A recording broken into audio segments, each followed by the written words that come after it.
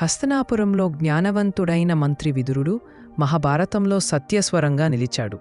ఒక దాసి మరియు మహర్షి వ్యాసుని నుంచి జన్మించిన విదురుడు రాజకుమారుడు కాకపోయినా మహంతుకు పుట్టాడు.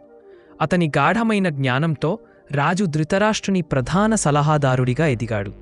లకగృహంలో పాండవులకు పెట్టిన అగ్ని ఉచ్చును విదురుడు ముందుగానే హెచ్చరించి వారి ప్రాణాలు రక్షించాడు.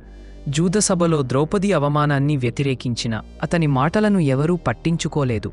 దుర్యోధన అహంకారాన్ని ఆపమని ధృతరాష్ట్రుని వేడుకున్నా రాజు మమకారంతో అంధుడైపోయాడు. విదురుడు శ్రీకృష్ణుణ్ణి సాధారణమైన పండ్లు, నీపితో ఆహ్వానించి నిజమైన భక్తిని చూపించాడు. యుద్ధంలో పాల్గొనకుండా శాంతి మార్గాన్ని ఎంచుకున్నాడు.